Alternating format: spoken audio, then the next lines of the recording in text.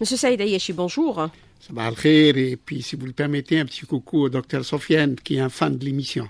Alors le conflit russo-ukrainien a-t-il démontré la faillite des instances internationales comme l'ONU pour le maintien de la paix à travers le monde avec une politique de deux poids deux mesures comme ce fut le cas pour la Palestine avec la répression sanglante de l'entité sioniste, même principe pour le Sahara occidental et là en revanche c'est le blackout médiatique. Monsieur Ayeshi. Tout à fait. Maintenant, il est clairement établi que le conflit russo-ukrainien a révélé ce double standard qui est pratiqué sans vergogne par l'Occident, surtout en ce qui concerne, bien entendu, les deux principaux conflits qui, pour le moment, affligent la planète encore, le conflit israélo-palestinien et le conflit du Sahara occidental. On a vu comment l'Occident s'est ligué pour défendre une position très discutable par ailleurs, pour plusieurs raisons, mais aussi, surtout, on a vu comment ce même Occident a agité les droits de l'homme, a agité la démocratie, a agité l'assistance aux réfugiés.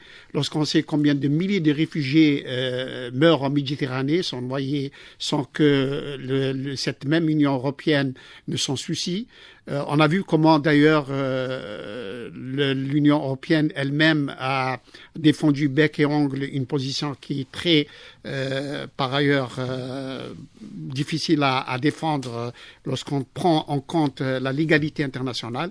Et bien entendu, aujourd'hui, il est clair que ces leçons qu'on nous donne à longueur d'année ont montré leurs limites et ont montré surtout l'hypocrisie de position sur ce plan international. Alors les choses doivent changer ou sont en train de changer, Monsieur Saïd Ayeshi. Les nations en développement ou en voie de développement le manifestent ouvertement le rejet de l'unipolarité du monde. La preuve étant la dernière déclaration de Macron, le président français, qui a soulevé un tollé, qui a évoqué l'autonomie stratégique de l'Union européenne pour ne plus être le vassal des États-Unis. Monsieur Ayeshi. Très juste. On a vu pour ce même conflit russo-ukrainien comment les pays du Sud se sont abstenus pour condamner la Russie dans ce conflit. Et tout simplement, c'est un vote de défiance vis-à-vis de l'Occident.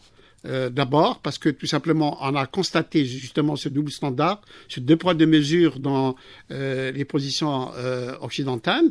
Et les pays du Sud en général et les non-alignés en particulier ont jugé que c'était là une position qui est indéfendable au plan de la justice et au plan du droit international et que par conséquent, il fallait que l'Occident reviennent à, j'allais dire, des standards beaucoup plus moraux, beaucoup plus acceptables.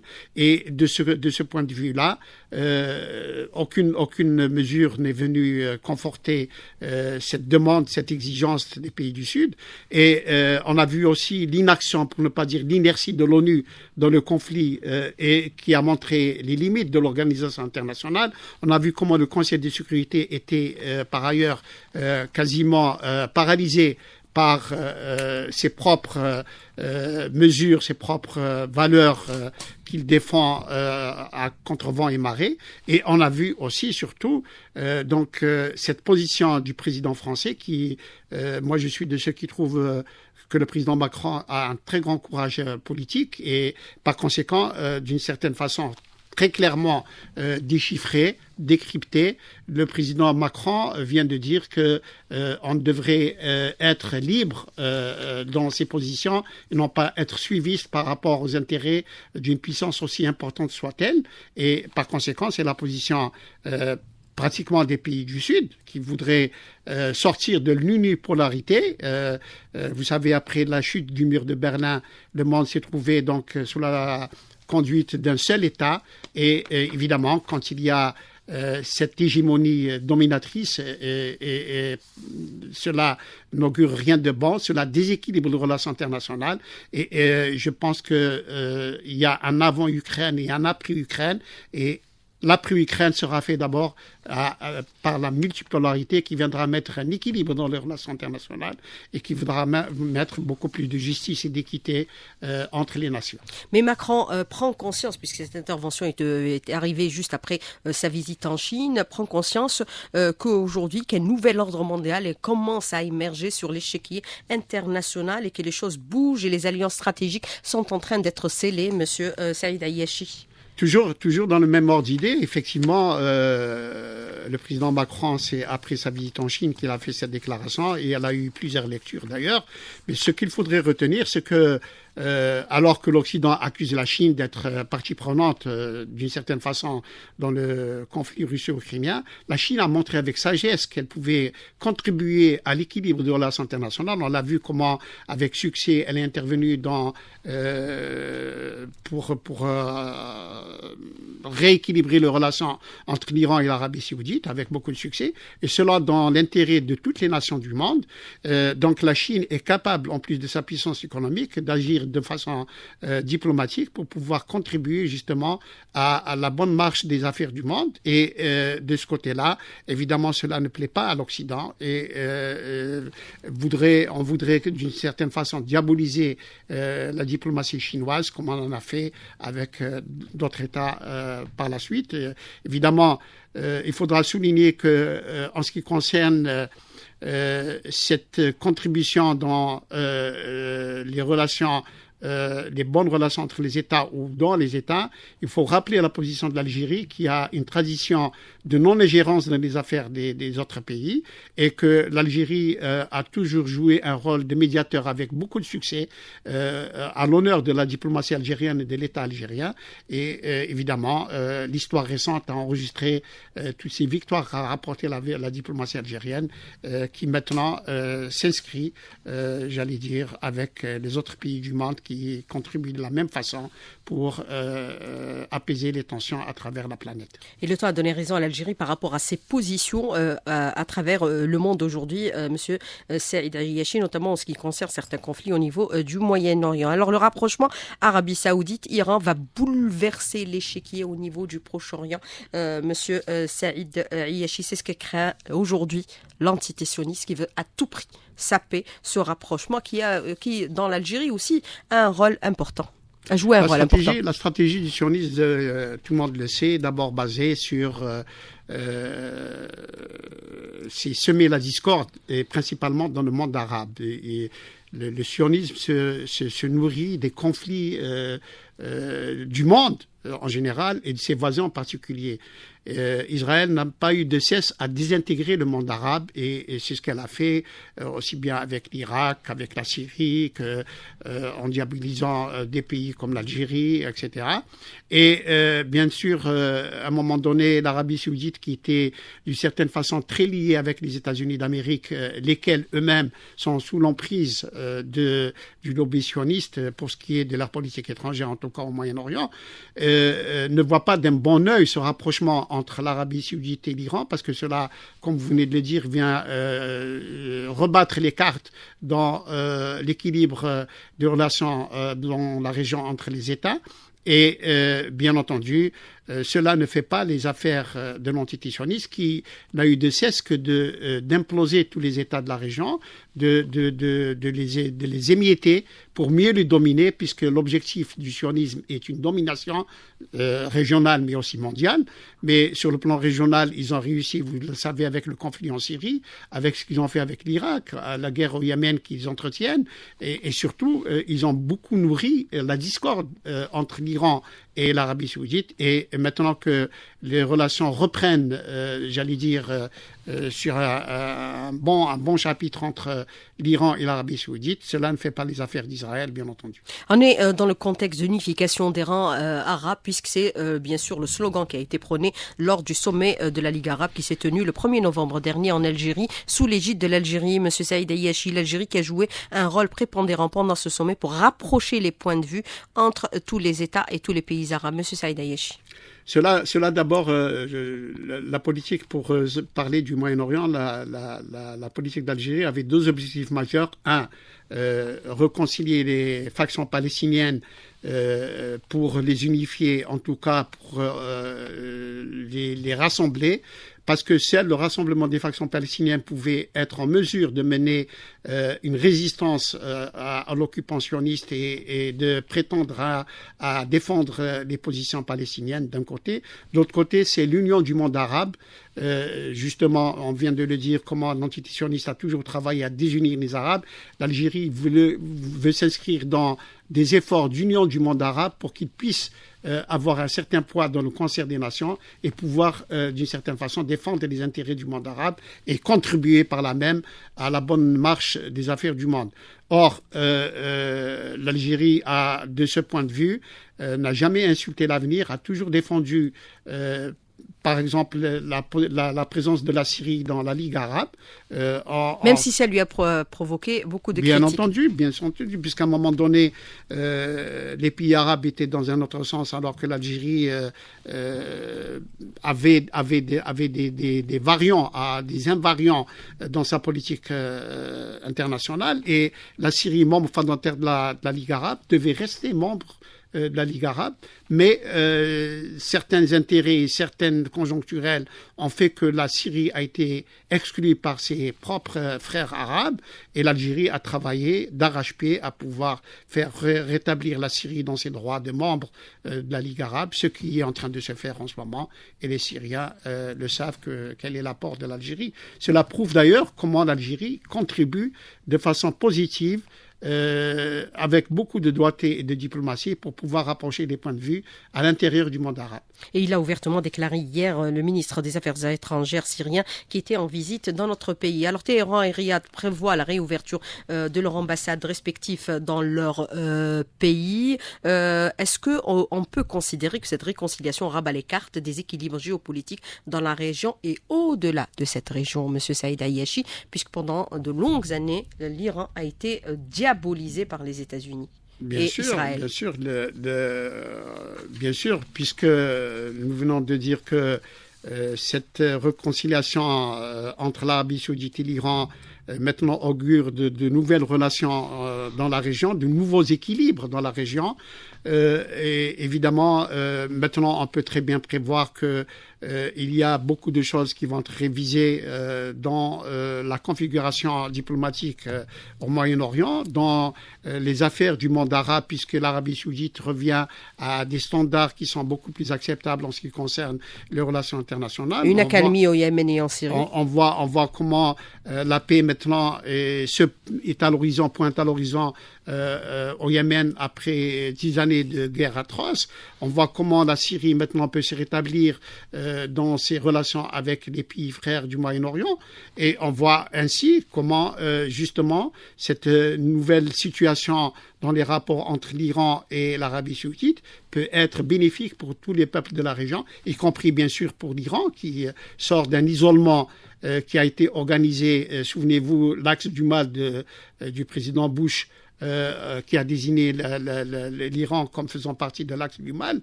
Et donc, cette diabolisation maintenant trouve une issue avec cette nouvelle situation qui provoque dans la région entre l'Arabie saoudite et l'Iran.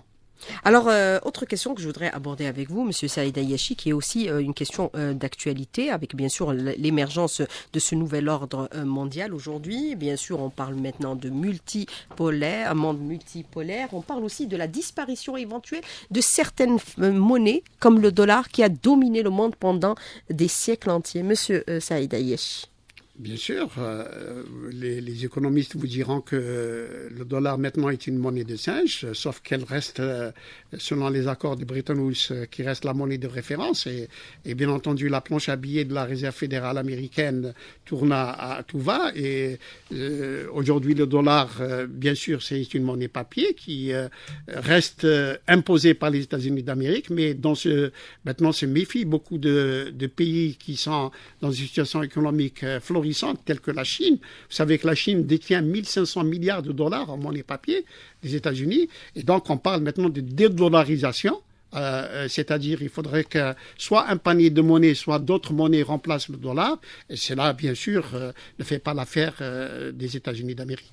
Alors, Monsieur Saïd Ayeshi, je voudrais revenir avec vous pour cette deuxième partie de l'invité de la rédaction sur plusieurs aspects par rapport, bien sûr, à cet échiquier géopolitique qui est en ébullition et totale mutation avec l'émergence, bien sûr, du nouvel ordre mondial. Alors, on peut considérer aujourd'hui, Monsieur Saïd Ayeshi, que Vladimir Poutine a précipité l'émergence du nouvel ordre mondial. Il a vu juste, l'Occident le disait, affaibli alors qu'il s'avère plus puissant que jamais. Même son économie a enregistré des taux de croissance record. Monsieur Saïd Ayeshi. Oui, je pense que d'abord que le président Poutine n'a pas accepté qu'on puisse transgresser d'abord les accords de Minsk qui ont été passés avec les Occidentaux d'une part, et même un ancien accord avec les États-Unis où l'OTAN ne devait pas s'approcher des frontières de l'ex-URSS et donc aujourd'hui de la Fédération de Russie. Or, l'Ukraine allait tout droit dans un partenariat, pour ne pas dire dans une adhésion avec l'OTAN, et donc Poutine s'est trouvé d'une certaine façon trahi dans les engagements qui ont été pris vis-à-vis de la Russie, et d'une certaine façon il a réagi de façon logique à une situation qui lui était défavorable. Cela dit, cet conflit russo-ukrainien, qui finira bien sûr par des négociations et un accord, a surtout révélé le double standard dont on parlait tout à l'heure, et surtout de l'irresponsabilité et de la soif de domination de l'Occident sur les affaires du monde. Surtout, on l'a dit tout à l'heure, exactement depuis la chute du mur de Berlin, et donc cette unipolarité des États-Unis d'Amérique qui, bien entendu, ont vu leur puissance décuplée et ne pas trouver de limite, ce qui a porté gravement préjudice à l'équilibre des relations dans le monde.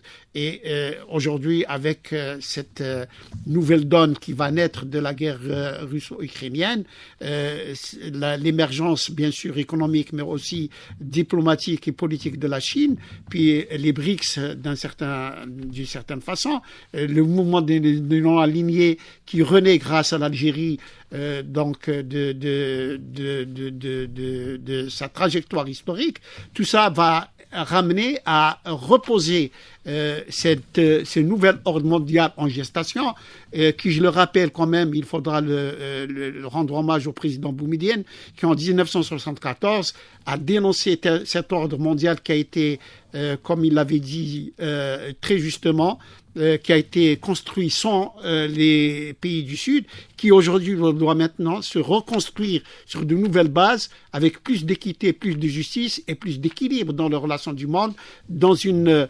responsabilité partagée, mais aussi pour une prospérité partagée. Alors les pays du Sud veulent aujourd'hui reprendre leur destin en main. Vous avez évoqué la déclaration du feu Boumedienne en 1974 au niveau, bien sûr, de l'instance internationale de l'ONU.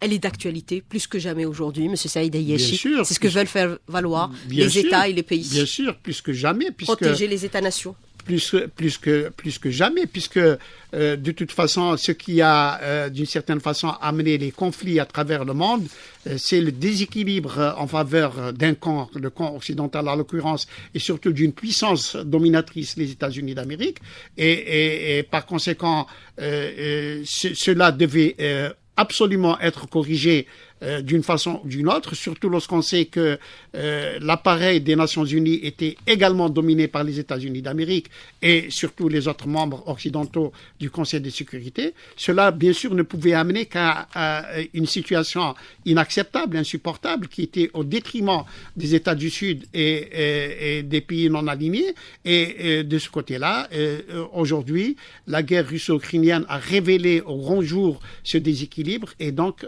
on devrait aller vers une nouvelle configuration, d'abord à l'échelle du monde, c'est-à-dire dans les rapports internationaux qui vont se mettre comme des plaques tectoniques en place après ce tremblement de terre qu'est la guerre russo-ukrainienne, mais qui aussi peut-être va déboucher sur cette fameuse réforme des Nations Unies que tout le monde appelait de ses voeux, à part ceux qui en sont bénéficiaires, et nous allons probablement donc reconnaître la mise en place, en tout cas le début de la mise en place d'un nouvel ordre international auquel a appelé le président Boumedienne.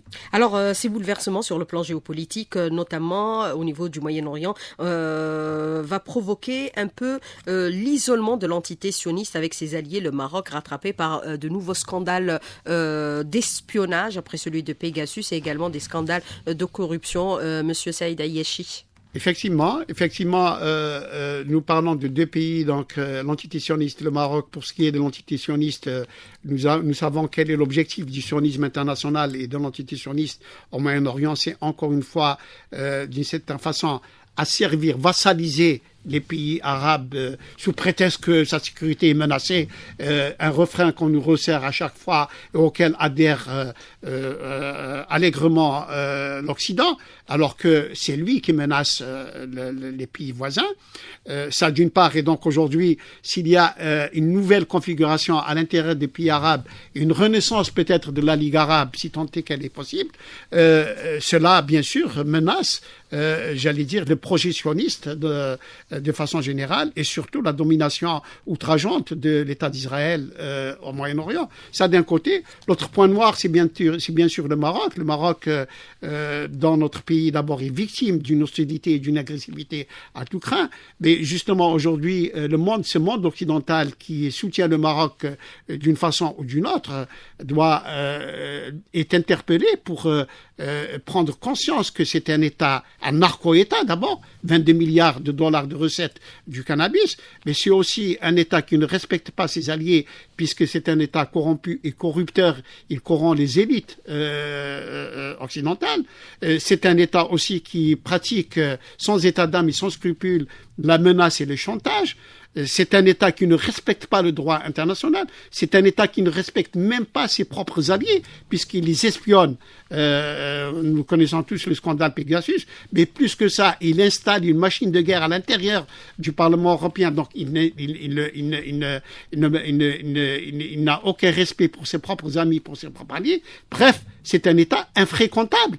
Et l'Algérie en fait les frais dans la mesure où elle subit l'hostilité et l'agressivité de ce Maroc en croyant le menacer avec sa nouvelle alliance avec l'entité sioniste. Bien entendu, notre pays a répondu de la façon qui est adéquate à la situation, et nous organisons de façon sérieuse la riposte à toute éventualité.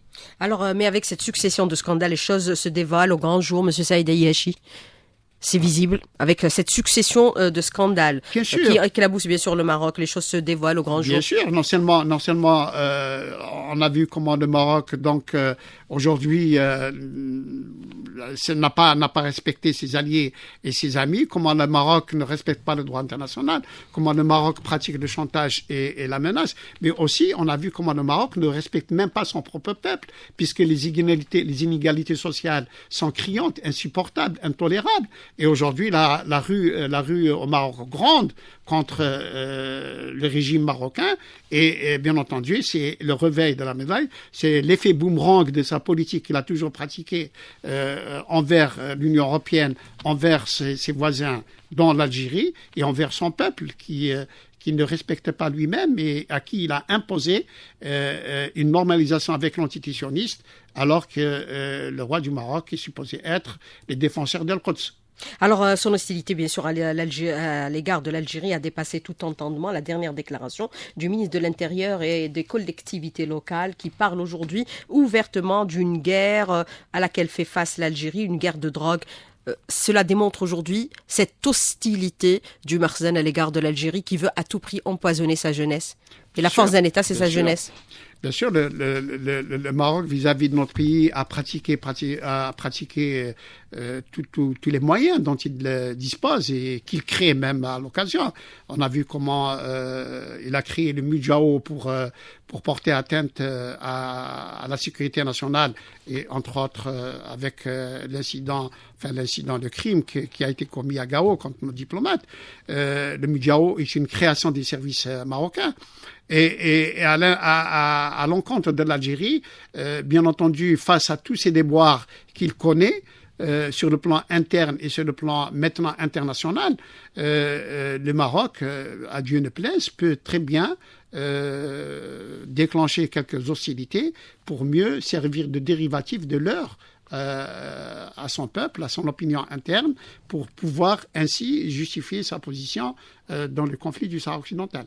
Alors sur la question du Sahara occidental, on a vu le Front Polisario déclarer récemment qu'ils sont prêts à reprendre les armes plus que jamais. Ils les reprennent, ils les reprendront et ils continueront cette guerre jusqu'à leur indépendance. C'est une réaffirmation de leur attachement à leur autodétermination malgré toute l'hostilité à laquelle ils font face actuellement. Monsieur Saïd Ayyachi a commencé déjà par les Nations Unies qui n'arrivent pas à accompagner ce processus de paix.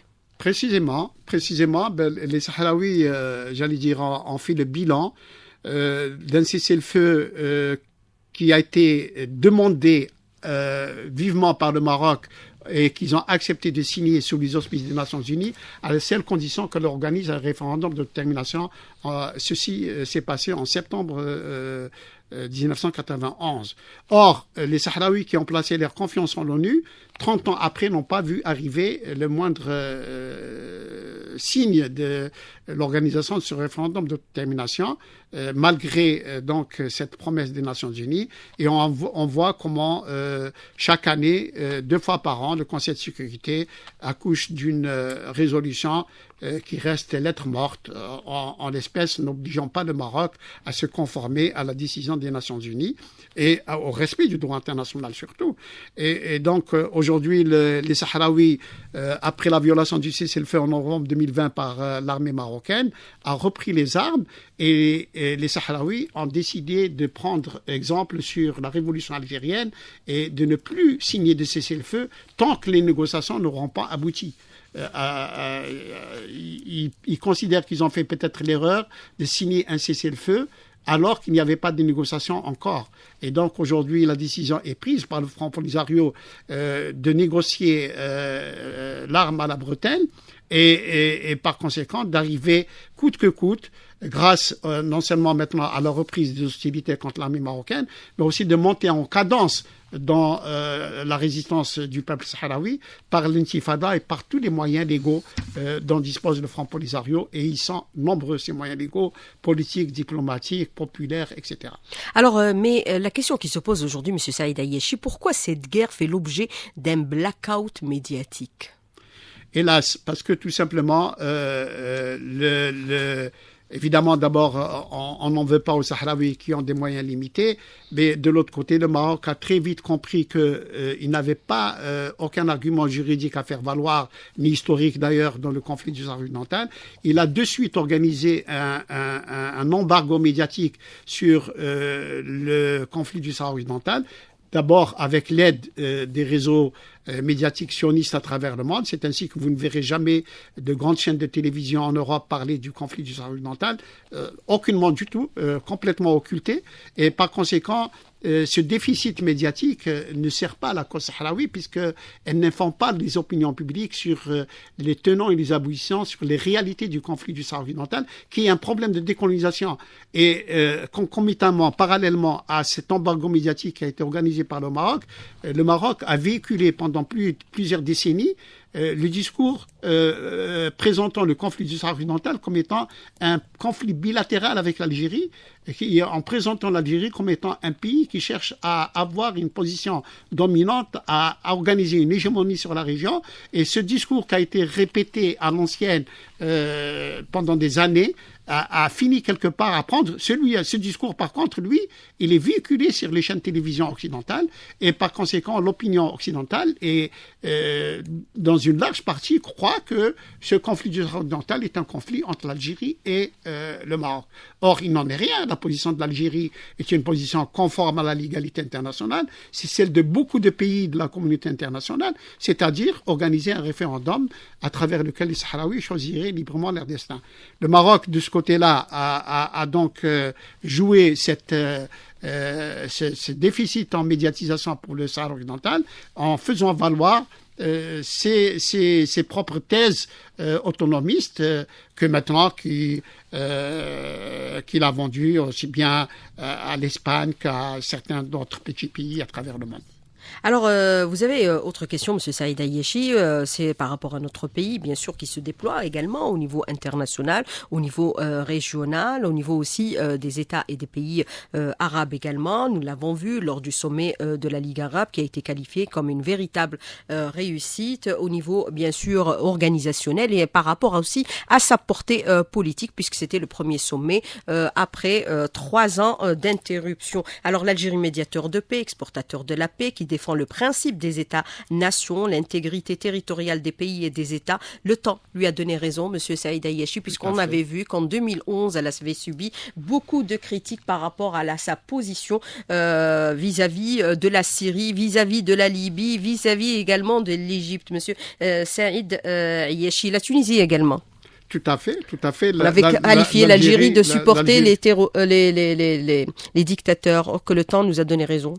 L'Algérie a une diplomatie et une action extérieure bâtie sur des constantes qui se résument en gros sur la non-ingérence dans les affaires intérieures des États, sur la résolution des conflits par le dialogue et la paix inclusif, par la contribution à l'instauration de la paix dans les relations entre les États. Cela s'est vu pour l'Algérie d'abord, puisqu'elle a été sollicitée dans beaucoup de conflits à travers le monde et dans lesquels elle a brillamment réussi dans sa mission de médiation. Cela a été vu en Libye, par exemple, où l'Algérie continue de dire qu'il faut un dialogue inclusif entre tous les acteurs libyens. Et on a vu comment le conflit en Libye, la crise en Libye perdure parce que tout simplement les Libyens ont perdu toute indépendance de décision dans leurs propres affaires, tant est qu'il y a beaucoup d'États qui chacun influe sur une partie sur une autre. L'Algérie rappelle que la décision ne peut venir que des Libyens eux-mêmes en discutant entre eux sans exclusion et pour tout simplement le bien du peuple libyen. On a vu comment l'Algérie a réussi en 2015 dans les accords pour le Mali et comment la France de Hollande a bypassé les accords d'Alger, comment la France s'est embourbée au Mali. La France aujourd'hui maintenant est mise hors du Sahel parce que tout simplement on n'a pas mis en application les accords d'Alger. Et on a vu aussi comment l'Algérie a travaillé pour la Syrie, pour dire que la Syrie est un État dont il faut respecter la souveraineté, sans ingérence dans les affaires intérieures, malgré ce qu'ont fait certains pays arabes, malgré la diabolisation dont la Syrie a été l'objet de la part de l'Occident, malgré l'interventionnisme de la Turquie au nord de la Syrie. Et l'Algérie a toujours eu une position constante de respect de l'intégrité territoriale syrienne et de la souveraineté de la Syrie. Et donc, dans tout ça, l'Algérie a eu raison de mettre en pratique et en exécution ces constantes dans la diplomatie algérienne qui a fait ses preuves à travers le monde et qui continue de le faire maintenant dans ce qui aussi bien le conflit palestinien avec la réussite du sommet arabe où la première question qui pouvait rassembler les Arabes était la question palestinienne que l'Algérie a très bien préparée avec la réconciliation d'abord des factions palestiniennes et qui sont un facteur sine qua non de la résistance du peuple palestinien. Alors l'Algérie a réussi bien sûr à les unifier autour de cette question qui était bien sûr une question centrale lors du sommet de la Ligue arabe du 1er novembre dernier sous l'égide bien sûr du président de la République. Alors les États aujourd'hui, on peut considérer, M. Saïd Ayeshi, qu'il y a une prise de conscience pour reprendre leur destin en main, sans ingérence aucune de l'étranger. Monsieur Saïd Ayeshi, c'est ça qu'expriment aujourd'hui les pays et les États, puisque nous avons vu que malgré toutes les pressions, l'Arabie Saoudite n'a pas augmenté son quota de production de pétrole pour bien sûr faire baisser ou infléchir les prix. C'est clair que maintenant... C'est considéré comme étant une sorte de désobéissance de la part des États-Unis. S'ils veulent.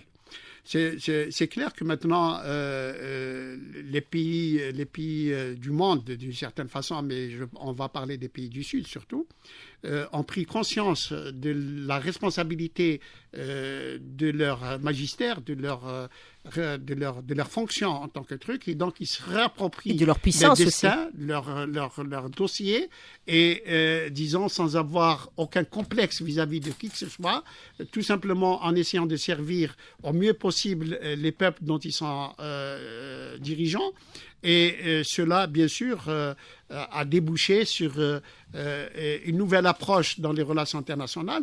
D'abord sur un plan interne, comment des pays, on l'a vu avec l'Arabie saoudite, de nouvelles orientations sont données à la politique saoudienne dans l'intérêt du peuple saoudien et de l'Arabie saoudite en tant qu'État, mais aussi dans un partenariat, j'allais dire, de prospérité entre les États du Sud. Et on a vu maintenant comment les BRICS sont donnés en exemple comme une configuration qui peut elle-même contribuer à l'équilibre de la planète, et comment aussi on sort d'une domination injuste et intolérable de l'Occident pour des relations beaucoup plus apaisées, beaucoup plus équilibrées, beaucoup plus bénéfiques pour tout le monde à travers la planète entre les États, pour peu qu'on ait un standard unique d'évaluation et d'exécution à travers la coopération internationale. Alors, le BRICS, c'est la prochaine force politique et économique du monde, M. Saïd Hayachi. Probablement, en tout cas, c'est déjà une réalité. C'est déjà une réalité. Le BIP des pays des BRICS représente, il me semble, 32 ou 34% du PIB mondial.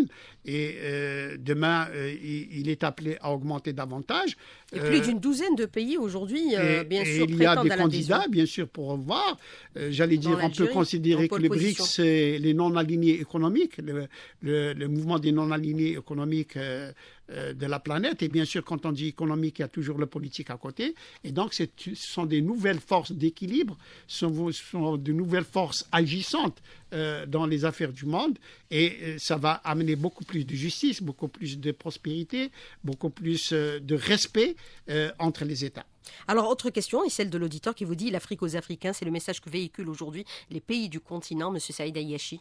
Très juste et très bonne question, parce que d'abord, c'est l'Union africaine qui est interpellée maintenant pour sortir d'un ronron qui n'a que trop duré. D'abord, premièrement, je crois que l'Afrique devrait d'abord décoloniser entièrement l'Afrique, et de ce côté-là, bien sûr, l'acte constitutif de l'Union africaine est très clair en ce qui concerne le conflit du Sahara occidental. Il faudra que l'Union africaine se saisisse de ce problème et qu'il puisse le régler dans le meilleur délai possible.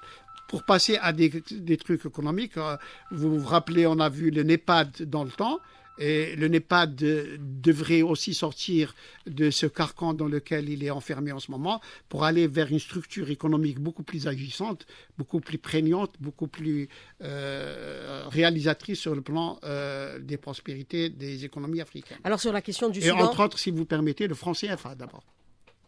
Sur l'économie africaine, c'est mettre fin au franc CFA.